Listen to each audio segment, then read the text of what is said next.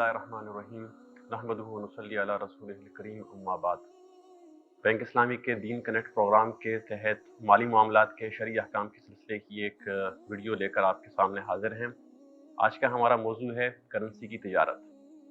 Currency की तिजारत से पहले हमें समझ लेना चाहिए कि इस्लाम में करेंसी की क्या हैसियत है, जिसको हम रुपया पैसा कहते हैं, मनी कहते हैं, उसकी क्या हैसियत है। तो ये बात याद रखें कि करेंसी या रुपया पैसा इस्लाम इसको बतौर आला तबादला या बतौर माली कदर की हिफाजत के तौर पर तो उसको तस्लीम करता है, लेकिन इसको इसके ज़रिए से कोई ऐसी कमर्शियल एक्टिविटी चलाना जिसका मकसद कारोबार हो, तो इस्लाम इस चीज़ की हौसला अफजाई नहीं करता। इसीलिए जब किसी को कर्ज़ दिया जाता है तो कर्ज़ पर किसी किस्म का जो नफ़ा हासिल किया जाता है वो सूद की तारीफ में आता है और वो उसका लेना देना वो शरीयत की नज़र में हराम है।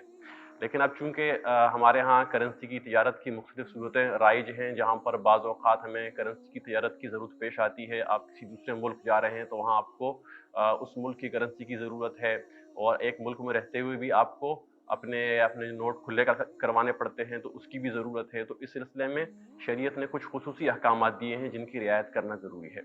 तो उन अहकामात के सिलसिले में सबसे पहली बात कि अगर करेंसी का तबादला एक ही मुल्क की करेंसी का आपस में तबादला हो रहा है, तो उसके लिए ज़रूरी है कि वो हमेशा उनकी मिकदार बराबर बराबर हो। यानी अगर 1000 रुपये का तबादला हो रहा है, 1000 रुपये का बड़ा नोट है और उसको उसका उसका खुला कराया जा रहा है, और या उसके किसी छोटे नोट के ज़रिए तबादला कराया जा रहा है, तो वो उसकी मिकदार बराबर होनी चाहिए, और उसका कब्ज़ा भी जिस वक्त आप उसका अक़द कर रहे हैं, जिस वक्त सौदा हो रहा है, कब्ज़ा भी उसी वक्त हो जाना चाहिए।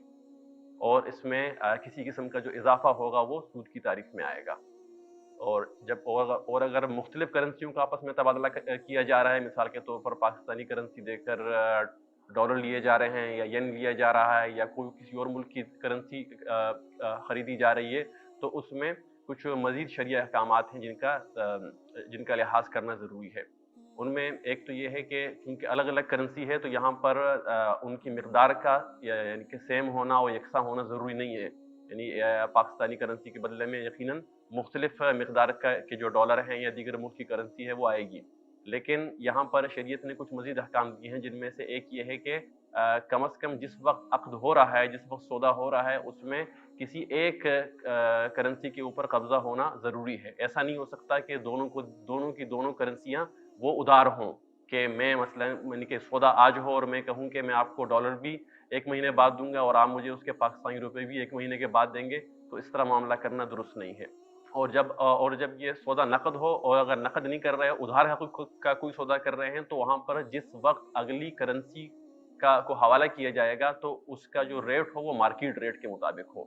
यानी ऐसा ना हो कि अगर मैं मिसाल के तौर पर आज के दिन आपको मैं $1000 दे रहा हूँ और कहूँ कि मैं मुझे 1 महीने के बाद इसके पाकिस्तानी रुपए दें, तो जिस वक्त आप मुझे पाकिस्तानी रुपए देंगे तो उस वक्त के डॉलर के रेट का एतबार होगा। ऐसा नहीं हो सकता कि मैं आज के दिन के डॉलर के रेट के हिसाब से या किसी और तयशुदा डॉलर के रेट के हिसाब से मैं कहूँ कि आप मुझे फलां तारीख को आप मुझे इतने पाकिस्तानी रुपए दे दें, इसलिए कि ये सूद का हीला बन सकता है, जिससे शरीयत में मना किया गया है।